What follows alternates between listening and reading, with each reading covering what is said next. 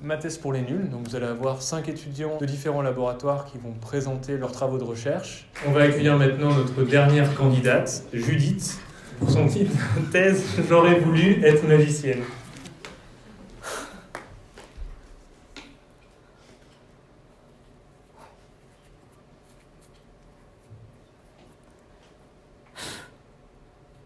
Ah, zut, ça marche toujours pas.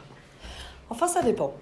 Vous avez tous vu ce qui se passait ici, mais ce que j'ai fait avec cette main, vous en avez aucune idée. Eh bien, c'est le principe de la magie.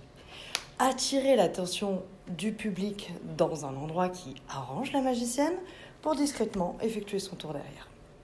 Eh bien, dans la vraie vie, il y a des personnes qui sont en permanence dans cette situation du spectateur de tour de magie.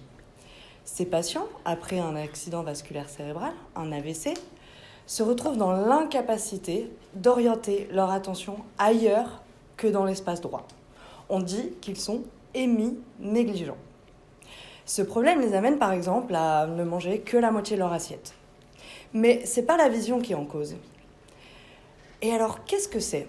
Eh bien, ces personnes souffrent d'un trouble de l'orientation de l'attention visuospatiale. Qu'est-ce que c'est ? Eh bien, l'attention, c'est comme un zoom sur une partie de l'espace qui nous intéresse. Dans mon langage de nerd, on parle de focus attentionnel. Dans ce focus attentionnel, le traitement de l'information sera plus efficace qu'à l'extérieur. Bon, regardons ce qui se passe pour la vision maintenant. Vous me voyez tous net là, hein ? Eh bien ça, c'est parce que vos yeux sont capables de voyager très rapidement de point en point, jusqu'à 3 fois par seconde. Et ces mouvements oculaires, on appelle ça des saccades. Eh bien, le focus attentionnel, comme le regard, se déplace. Ma thèse s'intéresse d'ailleurs au lien entre saccades oculaires et attention. On sait que les saccades, en tout cas leurs caractéristiques, peuvent être modifiées par la fatigue, la croissance, la vieillesse.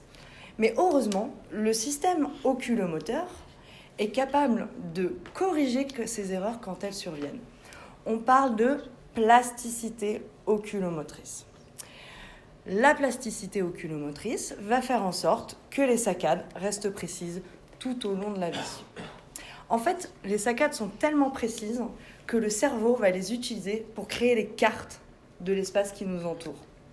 Et le focus attentionnel, lui, il va utiliser ces cartes pour se déplacer. Un peu comme Google Maps, en fait. Le but précis de ma thèse, c'est de savoir si la plasticité oculomotrice peut accélérer le déplacement du focus attentionnel. Donc pour cela, je mesure la vitesse de déplacement du focus attentionnel avant et après induction de plasticité oculomotrice. Et ça marche.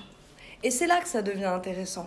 Vous vous souvenez des patients hémi-négligents dont je vous ai parlé au début ? Eh bien, si on introduit de la plasticité oculomotrice dans leur rééducation, il se pourrait qu'ils retrouvent la capacité à orienter leur attention du côté négligé. Et ça, c'est ce que je suis en train de tester en ce moment. Bon, tout ça, ces découvertes, c'est super, mais par contre, pour mes talents de magicienne, je crois que je vais changer de carrière.